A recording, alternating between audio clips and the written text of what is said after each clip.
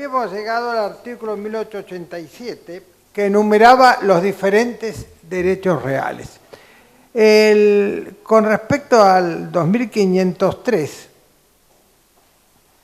el 2503 se le agrega en este artículo la propiedad horizontal, como hemos visto,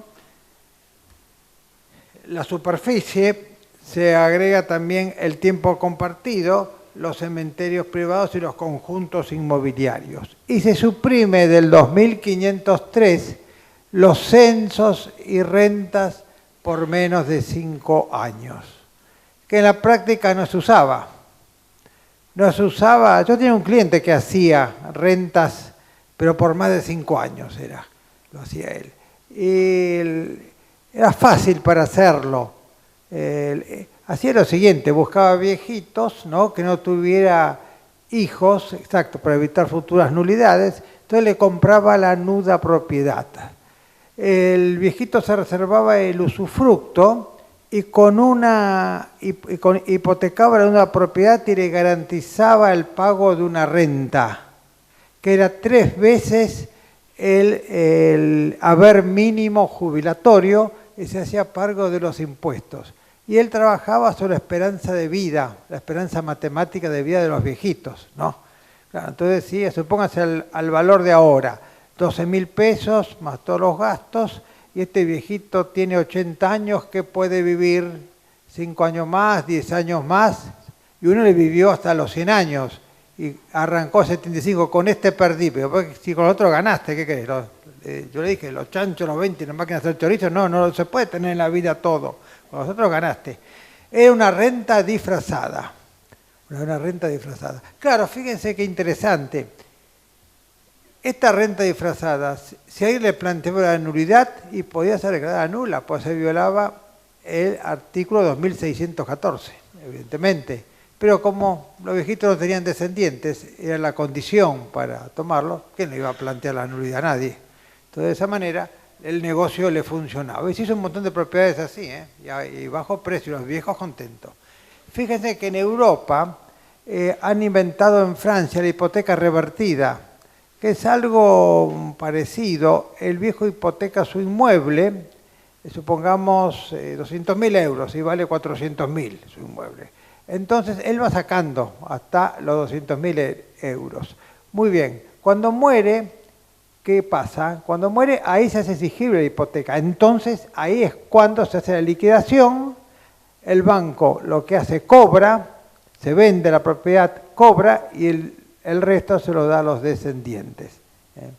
Se intentó, se habló una época de implantar este sistema en nuestro país, pero no funcionó, por lo menos no se animaron. Bueno, sigamos entonces con esta parte general. El artículo siguiente habla de los derechos reales sobre cosa propia y ajena.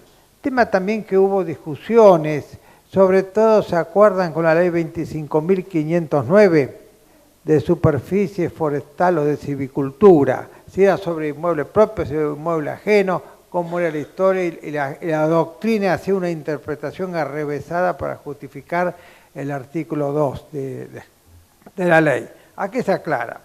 Derechos reales sobre cosa propia o ajena. Carga o gravamen real. Sobre derechos reales sobre cosa total o parcialmente propia, el dominio, el condominio, la propiedad horizontal, los conjuntos inmobiliarios, el tiempo compartido, el cementerio privado y la superficie si existe propiedad superficiaria. Los restantes derechos reales recaen sobre propia ajena. Se soluciona este problema totalmente. Con relación al dueño de la cosa, los derechos reales sobre cosa ajena constituyen cargas o gravámenes reales. Cargas o gravámenes reales. ¿Se acuerdan el artículo 2419 de Vélez? De Vélez, que son obligaciones inherentes a la posesión, ¿no? Los diferentes derechos reales, la hipoteca, la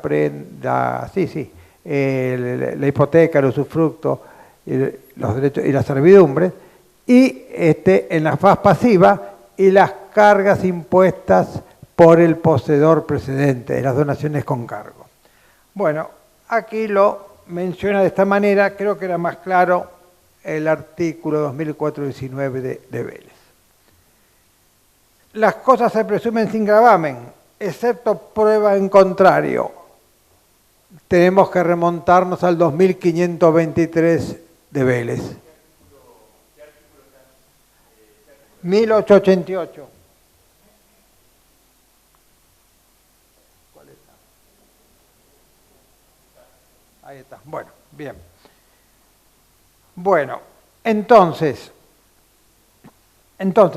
el 2523 establece la presunción de Vélez que el dominio es libre. Quien alega un derecho sobre la cosa ajena debe probarlo. Por eso, en la acción negatoria, que justamente protege la libertad de los derechos reales, se invierte la carga de la prueba. Entonces, el que alega un derecho ajeno, por ejemplo, una servidumbre, debe probar a él. Al propietario le basta probar su derecho de poseer, nada más. Es decir, la titularidad del dominio. Y aquí es lo mismo. Le basta probar la titularidad de su derecho y que éste es libre, que no tiene gravamen, que no está afectado. Como ven, este artículo medio ómnibus, han metido varias cosas.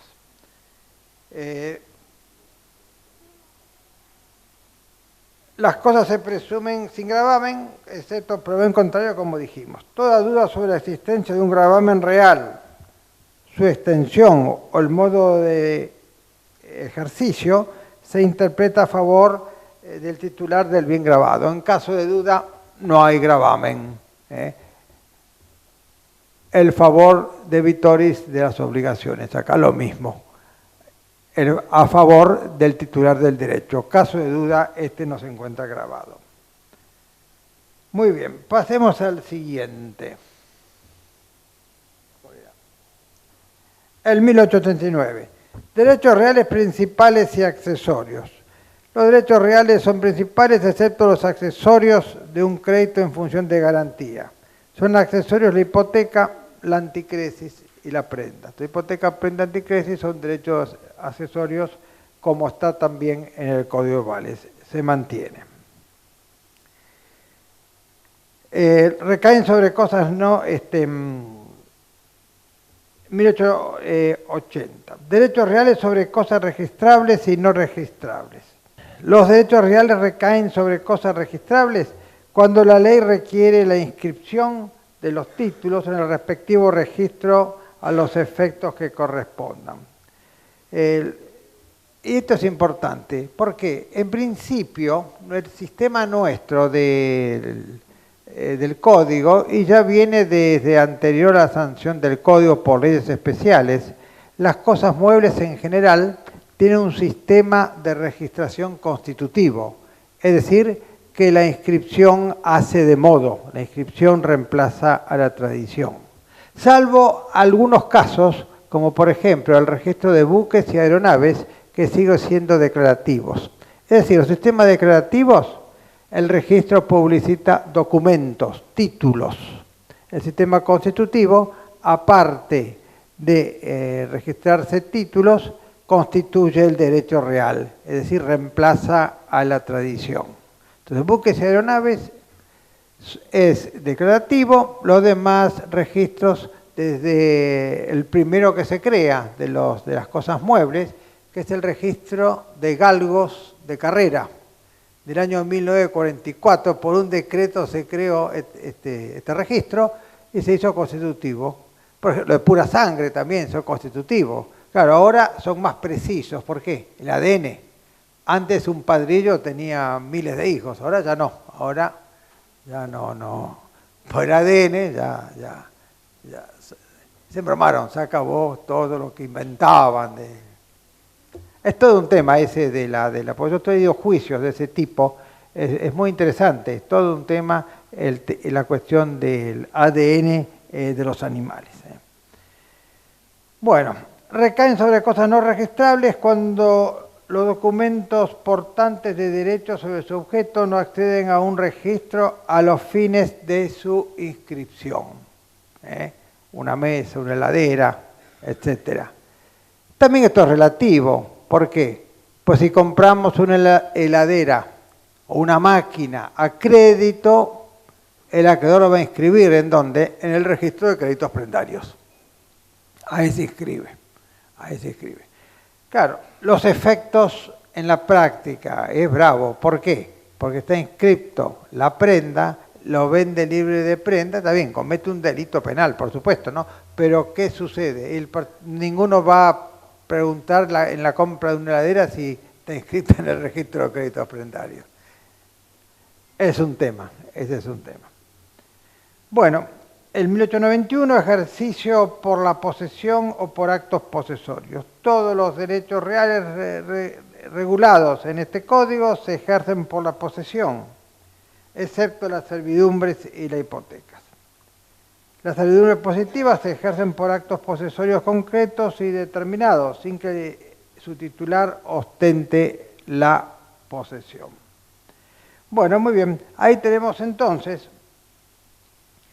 todos los derechos reales, salvo, dice, las servidumbres y la hipoteca. La hipoteca no se ejerce por la posesión, es un derecho real de garantía que afecta el valor del inmueble, es decir, la facultad de disposición del inmueble, le quita valor al inmueble. Las servidumbres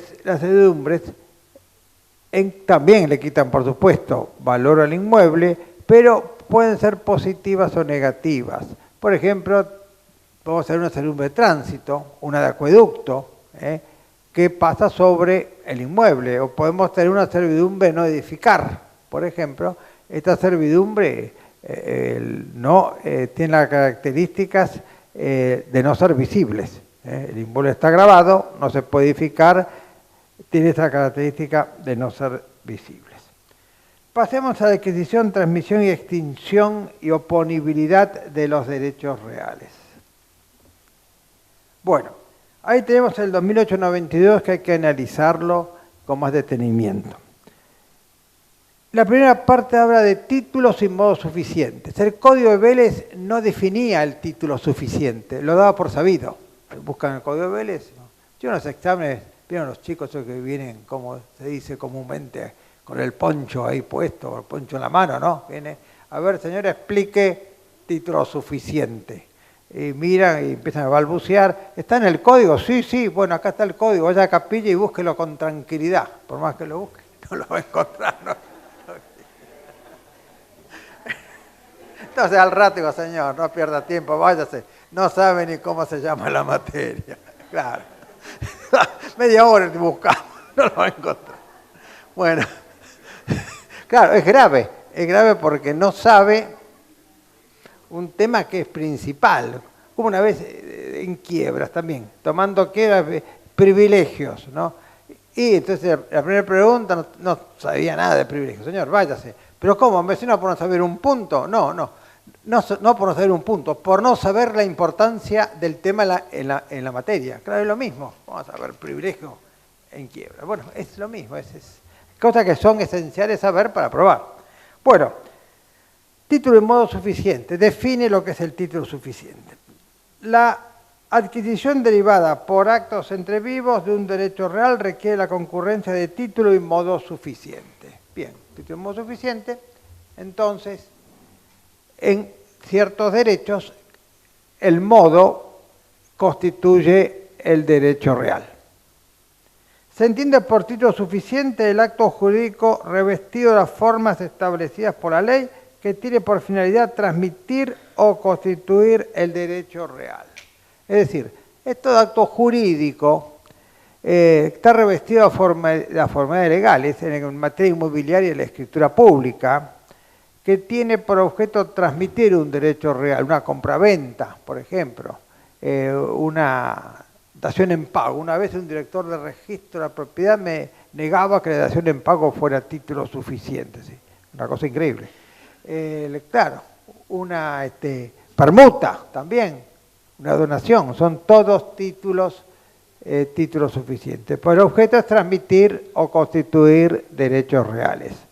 Muy bien, debe pertenecer al inmueble y quien transmite debe ser el propietario, porque si el que transmite no es el propietario, estaremos a lo sumo en un justo título que sirve para usucapión corta si se tiene buena fe.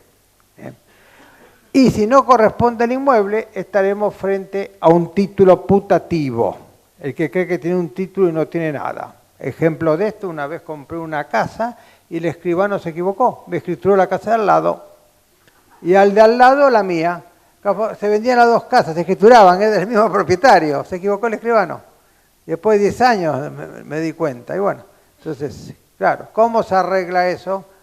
Y muy simple, diría un doctrinario, una escritura rectificatoria. Y los que murieron en el camino, ¿cómo traemos? Sí, se los puede traer los sucesores. Pero si hacemos una permuta al final es más fácil. Hacemos una permuta y listo. Ya está. Sirve igual. Bueno, muy bien. ¿Cómo? Bueno, seguimos. La tradición posesoria es el modo suficiente para transmitir o constituir derechos reales que se ejercen por la posesión. No es necesaria cuando la cosa es tenida a nombre del propietario y por un acto jurídico pasa el dominio de ella al que poseía o a su nombre, o cuando la que poseía a nombre del propietario principia a poseerla a nombre de otro. Tampoco es necesario cuando el poseedor la transfiere a otro, reservándose la tenencia y constituyendo en poseedor a nombre del adquirente. Aquí tenemos varias cosas. Nos habla primero, por un lado, de la tradición posesoria y la tradición relativa del dominio, que son dos cosas diferentes. La tradición posesoria es cuando se entrega la posesión mediante actos determinados, actos físicos, la entrega material de la cosa, ¿no? Y también puede ser vacua, que es la más común de todas. Compro la propiedad, me dan la llave, y la entrega de la llave no significa que me han transmitido la propiedad. Voy a la casa, entro con la llave y está vacía, está vacua. Entonces, ahí se produce la tradición. Para que sea relativa el dominio, ¿qué es lo que tiene que haber? Título suficiente, por supuesto, ser propietario el que transmite, y no haber contradictor alguno. Esto es importante, no haber contradictor alguno. ¿Cómo puede haber contradictor alguno? Y voy a visitar la casa, me la muestran y hay uno adentro que se agarra a piña con el que me la muestra. Hay un contradictor, evidentemente.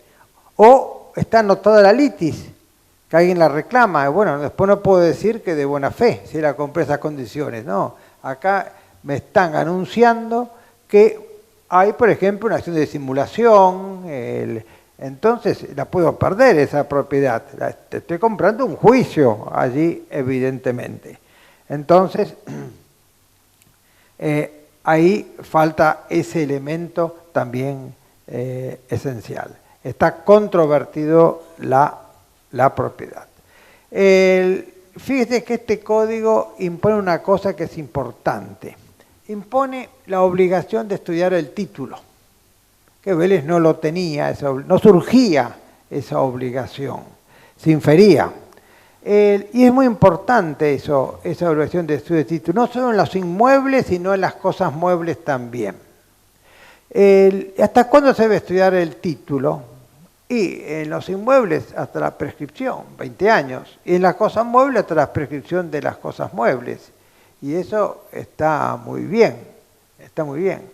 Algunos colegios de escribanos, como la provincia de Buenos Aires, decían que no era necesario el estudio de título. No, está mal eso, está realmente mal. La jurisprudencia ha sido unánime en este aspecto, tanto en el orden provincial como en el orden nacional, de la obligación del estudio de títulos, porque eso hace a la buena fe del adquirente. Muchas veces pasa que el escribano factura el estudio de título y después no se hizo el estudio de título. Yo tuve un caso de eso. Estudié el título, le cobró no sé cuánto. Y después, ¿sabe lo que había pasado? Era un señor que tenía un lote grande que estaba dividido. Después lo unificó para pagar menos impuestos. Después los quiso dividir de nuevo a los años. ¿Y qué pasó? Contrató un agrimensor. Y el agrimensor que encontró que no se puede dividir. ¿Y qué hizo? se hizo unos sellos. Hizo un plano, selló, puso un número, acá está. Numeración catastral, todo está dividido. Fue al escribano y el escribano tampoco se fijó.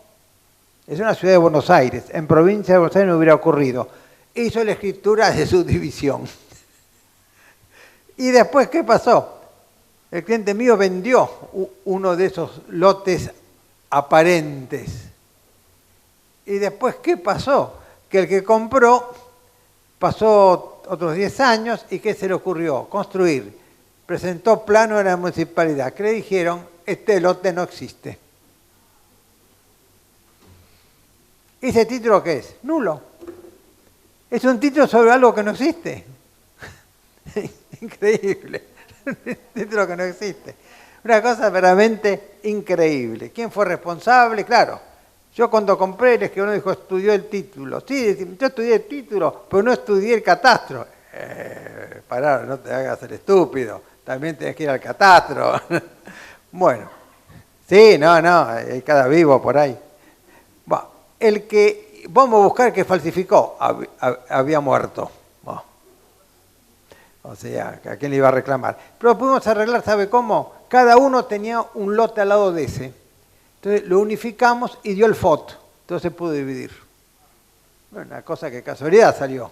Se solucionó de casualidad, la verdad. Bueno, entonces está claro la importancia del estudio de título. Muy bien. También trae esta parte de la norma 2 artículos de Vélez. Uno, la Traditio Brevi Manu, 2387, si la memoria no me falla. Se ríe.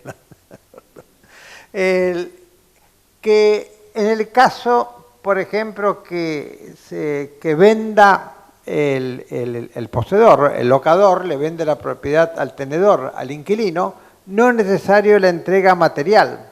Ese acto jurídico ya constituye el derecho real en cabeza del adquirente. Y lo mismo el otro supuesto, cuando el locador vende la propiedad a otro, notifica al locatario y éste comienza a detentar la cosa a nombre del nuevo poseedor.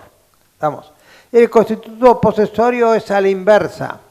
El poseedor vende y continúa como inquilino. Ahí estamos frente al constituto posesorio, por ejemplo, ¿no? Ahí tenemos un constituto posesorio. La jurisprudencia y la doctrina que ha exigido en estos casos y que sea real. Porque imagínense, está en cesación de pago, viene mal la mano, vendo y continúo como inquilino, una venta ficticia, no, constituto posesorio, no. Eso es una presunción de simulación. Ahí la publicidad posesoria es importante, ahí simulación. Es más estricto la aceptación del constituto posesorio que la Traditio Brevi Manu. Es más estricto. Tiene que estar in bonis el vendedor. Si está en cesación de pago, no, es un acto evidentemente simulado. Eso, la jurisprudencia es verdaderamente pacífica, ahí no hay ningún problema. Otro tema importante, o más o menos importante, recordando las clases del profesor Molinario, ¿no? En el sistema de los contratos, en los códigos de Vélez, comodato, depósito, eran contratos reales, estaba la entrega material. En las partidas eran consensuales y ahora van a ser consensuales. ¿Y por qué lo puso reales? No lo puso por deporte Vélez. ¿Sabe para qué lo puso? Para que no desapareciera la tradición efectiva. Porque en Francia, por ese motivo, durante muchos años, muchos siglos, en las enajenaciones se ponía que el adquirente se constituía en poseedor. Eso llevó a la abolición, a la pérdida por costumbre de la tradición y reemplazar la tradición por el consentimiento. Entonces Vélez no quiso eso, quiso que la tradición sea efectiva, 2377, la voluntad, la declaración de las partes de una por poseída y otra por desposeída no supera formas legales, entonces estos contratos reales. ¿Comprenden? Entonces, con eso, listo. La tradición era necesaria hacerlo. Muchas veces los escribanos, ¿qué hacen? Y con el vendió y el vendedor continuaba, hacemos un comodato por 30 días, lo dejamos anotado en la escritura, no tiene valor, sigue siendo propietario, por más que lo escriban en el registro, todo eso. ¿Por qué? Porque la inscripción es declarativa, no es constitutiva, la tradición es constitutiva. Es importante este tema. Y ahora veremos lo que pasa en la práctica. Bueno, muy bien, sigamos adelante con esta norma que es importante. La inscripción registral es modo suficiente para transmitir o constituir derechos reales sobre cosas registrables en los casos legalmente previstos, sobre las cosas no registrables cuando el tipo de derecho así lo requiera. Bueno, la inscripción registral. La inscripción registral en ciertos derechos reales como o regímenes como el automotor, los caballos de pura sangre, hace de modo, o sea, la inscripción transmite el derecho. La inscripción transmite el derecho. El primer uso es modo suficiente de adquisición de la servidumbre positiva. Claro, la servidumbre positiva, el primer uso, ya lo traía Vélez, hace de tradición. Constituimos una servidumbre, por ejemplo, el tránsito, la primera vez que paso, se constituye la servidumbre, queda constituida la servidumbre. ¿Se acuerdan el caso que les conté de esa acción confesoria? Cuando pasó el oficial de justicia a la puerta, que le saqué la foto y todo allí, bueno, ahí restituyó la servidumbre, fue el primer uso que hizo el oficial de justicia en representación del tribunal. Se restituyó la servidumbre. Bueno, para que el título y el modo sean suficientes para adquirir un derecho real, sus otorgantes deben ser capaces y estar legitimados al efecto. Artículo 2501, 2503 del Código Civil de Vélez. La legitimación, los derechos que se transmiten son los propios que se hace, 2503, y el 2501, la capacidad. La capacidad. Y aquí también tenemos temas interesantes. Una vez tuvo el caso de uno, ¿no? Que pobre tipo, estaba loco como una cabra. Él decía, este buen hombre decía, mi ex mujer me espía. Ah, sí, lo espía. ¿Qué le puso? ¿Pone micrófono en su casa? No. 2 en el cerebro, 1 en el estómago. Bueno, el tipo está loco, habla pavadas, ¿no? Después decía que era gente de la Mossad, de qué sé yo, de la CIA, contrainteligencia, que tenía millones en Estados Unidos, no tenía nada. Era un loco que iba suelto por la calle. El tipo se viene a vender y habla de esas cosas. ¿Puedo alegar buena fe? Te la regalo la propiedad porque a mí me sobra la plata. Es loco, dice cualquier cosa. Bueno. A la adquisición por causa de muerte se le aplica las disposiciones del libro quinto que las sucesiones. Recuerden que las sucesiones hacen de modo. Vean, Marcadet decía que la buena fe en materia inmobiliaria se probaba de 3 maneras. 1, estar convencido que el que transmite es el propietario. El estudio de título, ahí tiene. La posesión no estar controvertida, lo que hablamos recién. No hay nadie adentro, no hay juicios, no hay anotación de litis, no hay cautelares, no está contravertida. Y, y ser propietario que transmite, por supuesto, ¿no? Con esos 3 elementos se consideraba la existencia de la buena fe. Bueno, pasemos a la norma siguiente, inoponibilidad. Hay inoponibilidad. ¿Ustedes se acuerdan? Claro, Vélez había clasificado las nulidades, actos nulos, anulables, Jambier se había agregado nulidad absoluta, nulidad relativa. El Espota decía que no, pues ya había escrito su tratado, tenía que reescribirlo de vuelta, nulidad absoluta y relativa no existe. Por eso en 1051 él negaba eso, ponía ese del acto nulo anulable, no ponía si la nulidad absoluta o relativa. Eso no existe, nos decía en clase, ¿no? Yo tuve la suerte de tenerlo a todos los libros de profesores vivientes. Bueno, La inoponibilidad surge después. Es algo menor que la nulidad. ¿Qué significa? No va contra determinadas personas. Por ejemplo, la acción pauliana declara inoponible contra determinadas personas. La revocatoria concursal en caso de quiebra es inoponible frente a la masa. Pero si desaparece la masa, el acto es válido. ¿Comprenden? Muy importante tener claro en eso. Vean lo que me pasó una vez. Una jueza pobre que no entendía nada de esto. Lo que hizo. No, sí, en serio, no, pero claro. Después otro juez se avivó y se hizo el burro para no jorobarla a su colega. Y está bien, yo agradecido porque defendía al cliente, ¿no? Claro, un señor al yerno le transmite la propiedad en forma, era bien simulada. El síndico se da cuenta que hace la revocatoria concursal. Volvió para atrás. Muy bien, fenómeno. Logra el avenimiento. Desapareció la masa. ¿A quién le tenía que haber entregado el inmueble? Al yerno. Y se lo entregó al fallido. Y después cayó el yerno en quiebra. Claro, yo calladito, por supuesto. Claro, era otro juez que había sido en Campana, bueno, provincia de Buenos Aires, había sido secretario en un juzgado comercial de Capital. Y, este va a saber. Y se avivó. No, la jueza entregó así, porque consideró, le decían, el otro se cayó la boca, no hizo nada. Tendría que haber hecho, por supuesto, ¿no? Claro, ¿por qué? Porque estaba en el patrimonio del yerno. Y este lo había hipotecado por $600.000. Y la hipoteca murió en la noche de los tiempos. Sí, fue una cosa increíble. ¿Sí? Lo que es no saberla, o la impericia de los abogados, ¿se dan cuenta? El abogado de un banco oficial, tenía que ir corriendo a ejecutar ese crédito, estaba vigente. Ya prescribió, ya, chao, se fue, murió. ¿No? ¿Se dan cuenta?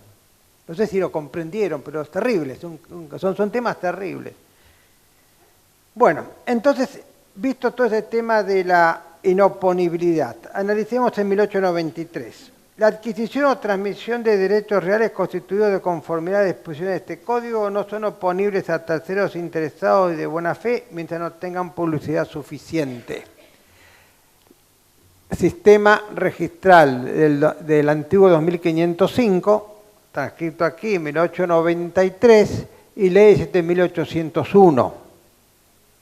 ¿Se acuerdan que en 2505 una contradicción, primera parte con la segunda? Eso produjo el susto de los escribanos que fueron corriendo a ver al doctor Borda, que era el ministro de Interior, y revolviendo cajones encontraron el proyecto de ley de Scott y Falvo, lo sacaron enseguida, con efecto retroactivo al 1 de julio de ese año, del 68, entonces la inscripción declarativa, la parte primera quedó sin aplicación. ¿Por qué no se modificó? Porque la comisión reformadora todavía estaba vigente preparando la ley de fe de ratas. No quisieron pasar sobre la otra comisión.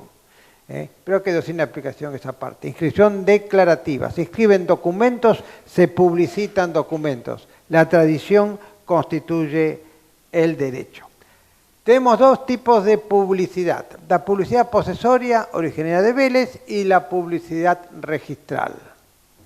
Ambas, digamos, tienen su importancia, por supuesto. Y ustedes fíjense que la publicidad posesoria es una en la que se basan, como dije hace un rato, con respecto a la simulación. Transmitió, continuó el otro allí, el simulado. La publicidad, esta de hecho, posesoria en sentido amplio, en la locación es la que vale. En que el inquilino está ocupando el inmueble que lo que locó, bueno, él es el inquilino. Hay una publicidad allí. ¿Estamos? O sea, la publicidad posesoria sigue vigente juntamente con la registral. Y fíjese también una cosa que es importante, que también lo trata esta norma. No está inscripto, pero lo conoció el acto. Es como si estuviera inscrito. Hace un tiempito tuve un juicio laboral, fíjese la importancia. Aquí el doctor Santiago sabe, elijo los casos que yo doy de poniendo sobrenombres a las personas, doctor Salaminus, doctor Ligero, Rápido, todos esos. Claro, la fauna que anda por ahí, para que los chicos se acuerden, ¿no? Para eso es útil. Fíjese, esta es una doctora Salaminus en un juicio laboral. ¿Saben lo que hizo cuando presenta demanda?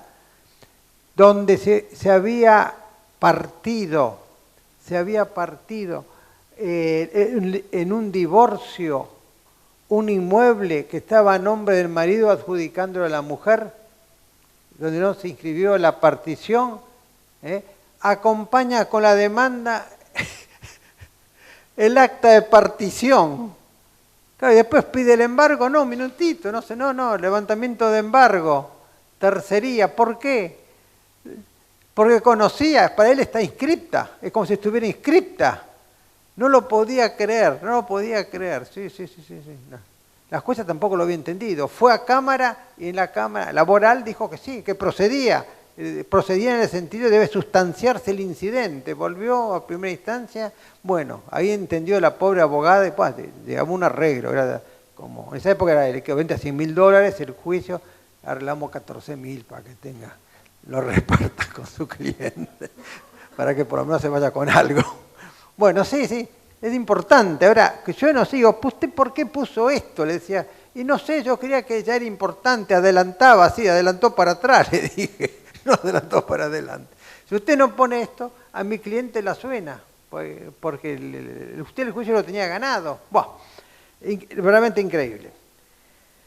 Bueno, si el modo consiste en una inscripción constitutiva, la registración es presupuesto necesario y suficiente para la oponibilidad del derecho real, eso no hay ningún problema. No pueden prevalecerse la falta de publicidad quienes participaron en los actos ni aquellos que conocían o debían conocer la existencia del título del derecho real. O sea, quien participó, aquellos que conocían, le es oponible. Hay un montón de casos en Capital, en la ciudad de Buenos Aires, con respecto a esto. Yo conocí un escribano que negaba la existencia de una hipoteca de fecha anterior no inscripta y sabe que le encontraron en el testimonio que él negaba los dedos de él dactiloscópicos. Estaban los dedos del escribano. El escribano mentiroso lo destituyeron, por supuesto. Ahora se dedica a gestor de otro escribano. Ahí hubo un constituto posesorio notarial. Trabaja en gestor. Claro, ¿no? Bueno, si él hubiera dicho, es verdad, pero no me dijo que no escribiera, es verdad, zafaba. Si ya se había descubierto la cosa. Bueno, pero era la desesperación de la gente, no sé qué decir. Bueno, adquisición legal. Este es otro artículo nuevo. Es nuevo. Se adquiere por mero efecto de la ley. Es una adquisición a non domino. Los condominios con indivisión forzosas perdurables de accesorio indispensables al uso común de varios inmuebles. Esto ustedes recuerdan el 2007-10 de Vélez, accesorio común a favor de dos o más heredades. Un pasillo en el cual desembocan varios lotes. Ese condominio es perpetuo, mientras exista por supuesto, esos lotes que acceden a ese pasillo. Cercos y fosos cuando el cerramiento es forzoso. Cercos y fosos, los muros, también. Los muros divisorios, que se discutió en doctrina, que era derecho de superficie, servidumbre, discusión infernal al respecto, ¿no? Aquí lo corta, dice, es una adquisición legal. La ley lo establece así. El que se origina en la accesión de cosas muebles inseparables. Mezcla, confusión de cosas que no pueden volverse a separar. La habitación del cónyuge y del conviviente. Fíjese, el cónyuge supérstite, ahora digamos al conviviente. El consejo que yo le doy a los chicos cuando viene, quiero convivir, te conviene casarte. Es más fácil descasarte que romper la convivencia. Entonces te descasás, un formulario, es casi como un formulario, como un trámite, más fácil. Va a haber muchos casamientos, van a ver, se va a aumentar. Sí. ¿Cómo?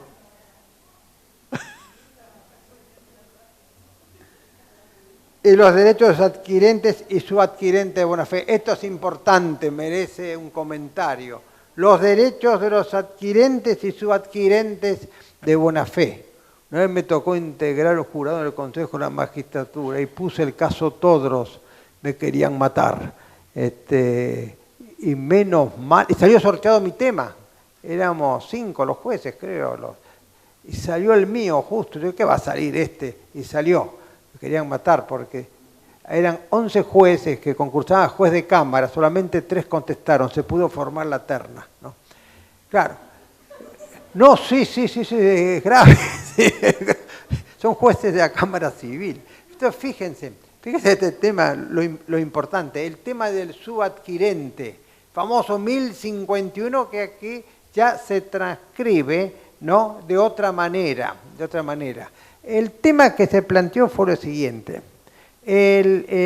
Opinión que fue discutida en doctrina, pero años verdaderamente, que empezó desde allá por el 44 entre los doctores Espota y el otro no me acuerdo, que me tocó hablar sobre él en una conferencia de abogados católicos. Bueno, no importa, entre estos dos doctores, con respecto a los adquirentes por boleto de compraventa, si era de buena fe o mala fe, y toda esta discusión se fue ampliando enormemente. Y la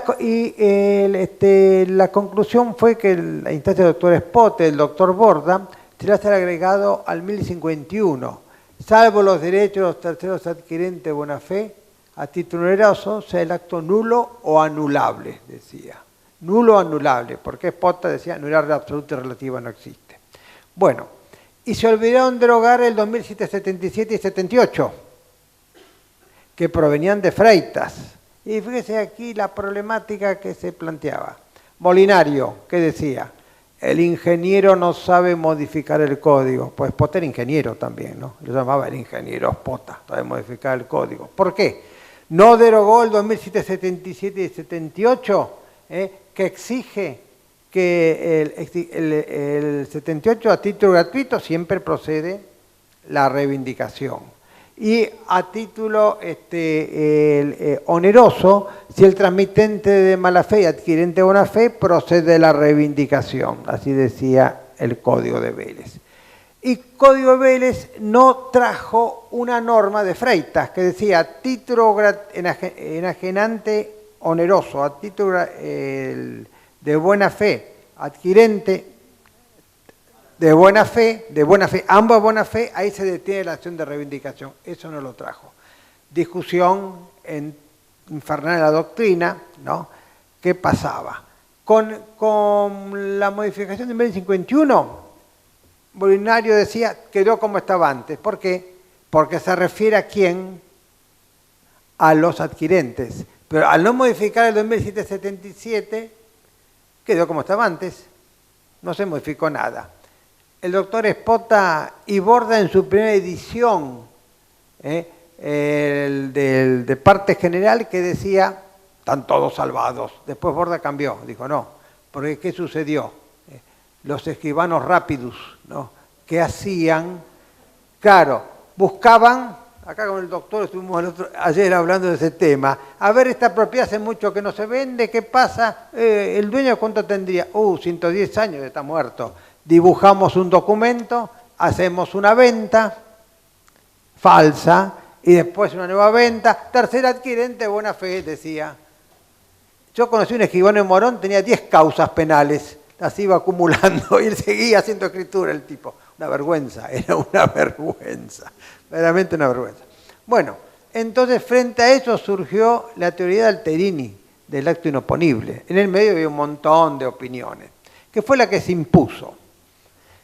Que decía, si participó o no el verdadero propietario. Entonces, si participó el verdadero propietario, por ejemplo, A es menor, se hace pasar por mayor, enajena a B, B a C, C está protegido, porque participó en la cadena de transmisiones el verdadero propietario. A es el propietario, le alquila a I y se hace pasar por propietario, le vende a B, B a C, así sucesivamente. Ahí no participó el verdadero propietario. Al no participar, ¿qué nos encontramos? B no tiene nada, porque tiene un título falso. C tiene un justo título, ese va a la prescripción de los 10 años si tiene buena fe, ¿no? Entonces, en ese caso, al no haber participado el verdadero propietario, puede, si hay tercer adquirente, puede reivindicar el verdadero propietario. Ese está a favor de la seguridad estática. En el primer caso, de la seguridad dinámica, a favor del tráfico jurídico, por haber participado el verdadero propietario. ¿Se entiende lo que digo o es muy complicado? No sé. Sí, algunos dicen que sí, otros dicen que no. Sí, es un tema no fácil. En el caso del Todros pasó lo siguiente para que vean. Un escribano de La Plata se constituye en la ciudad de Buenos Aires, vea qué animal, ¿no? Este escribano, y autoriza una venta con constitución de hipoteca para financiar la venta. Y el vendedor había vendido antes de esa fecha por boleto de compraventa a X que tenía boleto y posesión, boleto con fecha cierta y posesión. Claro, ganó la escrituración, por lo cual planteó que la inoponibilidad, es decir, inoponible frente a él, la hipoteca y la venta. ¿Por qué? Por el ius ad rem, ya estaba prometido en venta a través del boleto de compraventa, no podía enajenarlo, no podía haberlo enajenado. Claro, vuelta atrás, claro, ¿se dan cuenta? Es inoponible, sí. Sí. ¿Qué sucede, por ejemplo, si hay una persona que adquirió por boleto de compraventa un inmueble, edificó su casa y vive ahí más de 20 años? Nunca hizo la posesión, nunca escrituró, pero quien le vendió fallece y los abogados de la sucesión embargan el bien para cobrarse los honorarios. ¿Qué pasa con quien adquirió durante tanto tiempo y vivió? Si poseyó 20 años, es propietario. Listo. Pero listo. nunca hizo la posesión veinteañal. Sí, puede contra un... Él se entera que el bien fue subastado, incluso.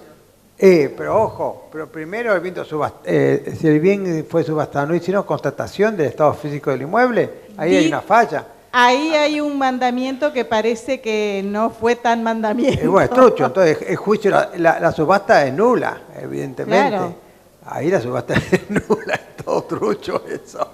Sí, le dio el tema es que hay que probarlo. Y lo tiene que probar, por supuesto. Pero es la residencia habitual de la persona y él en el mandamiento figura como que está desocupado. Trucho. Vea, tuve un caso, retrucho eso. Tuve un caso semejante, fíjese, en una quiebra, donde se subasta un inmueble, subasta del inmueble, lo compra A, el señor A le vendió por boleto de compraventa a B, posee hace 40 años. Bueno, el subastada fallece. Pero aparece uno con un poder de la muerta, vende a otro, a B, a C, a D, y D cae en quiebra. Va la síndico y clausura. Lo clausura. La hermana Susana Covielo, el marido. Le clausura. Le clausura. Entonces... Y para colmo en diciembre, tuvo que comer la feria, pobre. Tenía una fábrica allí el tipo, afuera. Plantear un incidente, por supuesto, restitución del bien clausurado, es decir, una tercería de mejor derecho vendría a equivaler en la quiebra. Bueno, se ganó. Iniciar el juicio de usucapión, lo hicimos en La Quiebra. ¿Se imagina en la ciudad de Buenos Aires el juez comercial con un juicio subcampeón? El ánimo pateante que tenía. Pero yo le gané, en la trampa le gané yo. Lo inicié en La Matanza y le dije a la jueza de La Matanza, para mí usted no es competente. Me parece que sí, agarró viaje enseguida. No soy competente. Y resuelva que no es competente. Resolvió a Capital. Capital resolvió también que no es incompetente. A la Corte, sí, es competente el juez de La Quiebra. Por eso lo inicié allá, en La Matanza, a propósito. Bueno, muy bien. Sacó una sentencia bárbara, increíble. Y yo le dije, ya no me callo más, le dije. La felicito por la sentencia, impecable. Lo consultó un juez civil, ¿no? No me diga eso. Bueno, después la segunda vez me dijo que sí, lo había consultado un juez civil, una sentencia impecable, fantástica, ¿no? Muy bien hecha. Bueno, ahí tiene un caso como ese. Le clausuraron todo y bueno, hubo que plantear la nulidad de la clausura, todo, una pelea con la síndico porque la síndico perdía honorarios. ¿Perdía honorarios por qué? Porque al desaparecer de La Quiebra, ese bien cobra menos. Desesperada, esta vez un bien caro, sí, bien caro, pero no era de La Quiebra. Ya se había subastado eso hace 40 años. La prueba fundamental que tenía, el acta de fuerza motriz que SECBA le otorgaba a esta gente hace 30 años. Más que eso, ¿viste? La fuerza motriz y tiene todas las facturas de esa época, una tras de otra. Después un montón de actos posesorios, había montones, ¿no? O sea que vean. No, es un tema. Adquisición legal de derechos reales sobre muebles por su adquirente. La posesión de buena fe del subadquirente de cosas muebles no registrables que no sean hurtadas o perdidas es suficiente para adquirir los derechos reales principales, excepto que el verdadero propietario pruebe que la adquisición fue gratuita. Entonces, las cosas muebles, la cosa no es hurtada o perdida, si no ha sido gratuita la transmisión, la adquiere el adquirente. Eso está muy bien, eso es lo correcto. ¿Por qué? Porque hay culpa en eligiendo de quién, del propietario. Por ejemplo, el propietario le da en comodato una cosa mueble y el comodatario la vende, la culpa es del comodante. En cambio, si estamos frente a que le fue robada al propietario, es involuntario, es contra la voluntad de este. Por eso, durante el periodo de prescripción, la puede reivindicar. Es importante. Ya en Vélez estaba esto. Fíjese, el acreedor prendario que le es hurtada la cosa, el acreedor prendario podía reivindicar la cosa de manos de terceros. Ya el mismo Vélez lo tenía ese tema. Respecto a las cosas muebles registrables, no existe buena fe sin inscripción a favor de quien la invoca. Tampoco existe buena fe, aunque haya inscripción a favor de quien la invoca, si el respectivo régimen especial prevé la existencia de elementos identificatorios en la cosa registrable y estos no son coincidentes. Por ejemplo, un automotor. Ustedes saben, el automotor robado, el motor es fácil de falsificar. Lo importante es que esté bien, que esté sano el bloque. Pues roban otro auto y lo arman de nuevo. ¿Y qué saben? El bloque es el número, es correcto, pero de adentro que sabe si es viejo o si es nuevo. Pero el chasis no. Entonces, para evitar el tema del chasis, ¿qué es lo que hacían antes? El llamado fileteo, le dicen en la jerga. Cortaban y arriba le ponían otro chasis robado. Lo soldaban. Claro, entonces había que ir marcando por arriba a encontrar la soldadura. Entonces ahora que la reglamentación que exige dos números ocultos, aparte del número que está en el zócalo, dos números ocultos. Entonces se le pregunta al fabricante dónde están los números, se revisan y si no coincide un número con el otro, por más que lo tenga registrado, es de mala fe. corresponde la reivindicación. Es un auto robado. Eso está muy bien. Yo conocí el caso en Salta, donde un auto que había sido robado, que había sido falsificado en la inscripción, todo, se lo dieron en comodato a un juez, fue a la montaña y se le cayó en un precipicio. Bueno, entonces indemnizaron al presunto propietario, que era el ladrón, ¿no? Por supuesto que era el que lo armó mal, no sé si era ladrón o no era ladrón, y subastaron los restos, ¿no? ¿Quién lo compró? El trucho de nuevo, y lo armó de vuelta. O sea que 2 veces el mismo auto rearmó el tipo, ¿no? Las cosas de este país. Me lo contaron en el registro de la propiedad automotor. Yo no lo podía creer. Prohibición de constitución judicial. El artículo siguiente prohíbe la constitución judicial, ya viene de la época de Vélez. No se puede constituir judicialmente derechos reales, eso está muy bien. En la época de las partidas era común, le damos a uno la nuda propiedad y el otro el usufructo vitalicio. Ahora no. Salvo que las partes lo presenten voluntariamente, judicialmente no se puede constituir derechos reales. Y ahora entramos en un tema que es interesante, la prescripción adquisitiva. La prescripción adquisitiva. Bueno, la prescripción adquisitiva se mantiene el régimen de los 20 años para la posesión larga. Para la posesión corta, la prescripción corta tenemos justo título y buena fe. Prescripción larga, 20 años. Para los 20 años, ¿qué es lo que exige el Código? La posesión, ¿cómo debe ser?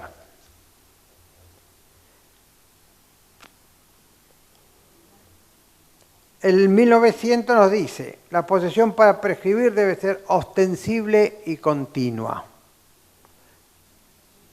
¿Qué decía Vélez? 4015, 4016, ¿se recuerdan? Prescribe el dominio de los derechos reales, prescribe el dominio de los inmuebles y demás derechos reales para la posesión continua interrumpida por el plazo de 20 años. ¿Y aquí de qué nos habla? Pública y ostensible. ¿Qué significa ostensible? Parecido y parecería, vean, en una conferencia el doctor Altieri hizo una distinción entre público y ostensible. Decía, no sé si es aplicable aquí, yo creo que no. Decía lo siguiente, por ejemplo, un juez en su tribunal, ¿no? Hay un litigio que 2 personas están discutiendo, peleando por una compraventa donde se plantea la nulidad, y el juez dice, bueno, para terminar el pleito yo le compro los derechos a ustedes, ¿qué le parece? A vos te doy 20, a vos 25, ya está. Ah, bueno, fenómeno, arreglemos, macanudo, hacemos la escritura, ¿no? Entonces dice, supongamos que el acto diga, ante mí, el juez, bla, bla, bla, bla, las partes convienen el siguiente acuerdo. Transmite a su señoría la propiedad del inmueble, habla por tantos pesos. Bueno, uno lo mira, dice, esto es nulo, sacá esto de acá, este juez hay que echarlo, ¿comprenden? Ahora, ¿qué pasa si eso dice lo mismo, pero no dice que es el juez? Dice que han concurrido una escribanía y le ha vendido a ambas partes, cedido sus derechos a este señor X, que es el juez. Entonces, claro, dice, por ejemplo, el juez está en Jujuy y el que le llevan el título ese está en Tierra del Fuego. Dice, sí es nulo, pero no le es ostensible. Es decir, no pudo tomar conocimiento. Acá, ¿qué quiere decir con ostensible? Demostrable, claro. Aparentemente es eso. Parecería que sea eso. Ostensible y continua. Continua sí. ¿Por qué continua? Porque ya Vélez lo tenía también. ¿Por qué lo tenía Vélez y el Código francés no? Por algo muy simple. En el Código Civil francés la discontinuidad es un vicio absoluto. En nuestro derecho los vicios son relativos con respecto al anterior poseedor. Allí es un vicio absoluto. Entonces no es necesario que diga que sea continua. Entonces Vélez tuvo que poner que la posesión debía ser continua para la anualidad en las acciones posesorias y también para la prescripción adquisitiva. Y está bien que se transcriba en el nuevo código, que debe ser continua la posesión. Bueno, después define lo que es justo título en el 1902. Justo título para prescripción adquisitiva es el que tiene por finalidad transmitir un derecho real principal que se ejerce por la posesión, revestido de las formas exigidas por su validez, cuando su otorgante no es capaz o no está legitimado al efecto. Es decir, lo que dijimos hace un ratito, no es el propietario o es un incapaz. Claro, un incapaz tenemos otro tema. Por ahí no tiene necesidad de ir a los 10 años. Si es un menor que quiso pasar por mayor, prescribe la acción de nulidad y ya el título se volvió suficiente. Sobre todo se da para cuando el que transmite no es el propietario. Y la buena fe requerida en la relación posesoria consiste en no haber conocido ni podido conocer la falta de derecho a ella. No haber conocido y no haber podido conocer la falta de derecho. O sea, debe haber habido una investigación, investigó el título y ahí era imposible conocer. De la investigación de título era bien aparente que los que transmitían eran propietarios, para que este sea un justo título, porque si no le falta buena fe. Y cuando se trata de cosas registrables, la parte final exige lo mismo. La buena fe requiere el examen previo de la documentación y constancias registrales, así como el cumplimiento de los actos de verificación pertinentes establecidos en los respectivos regímenes especiales. O sea que también en las cosas muebles exige el estudio de título Vélez. Vélez quiere decir el código nuevo. La tengo con Vélez. Bueno, sé que hacer un alto, pues son 5:30. Descansamos un rato.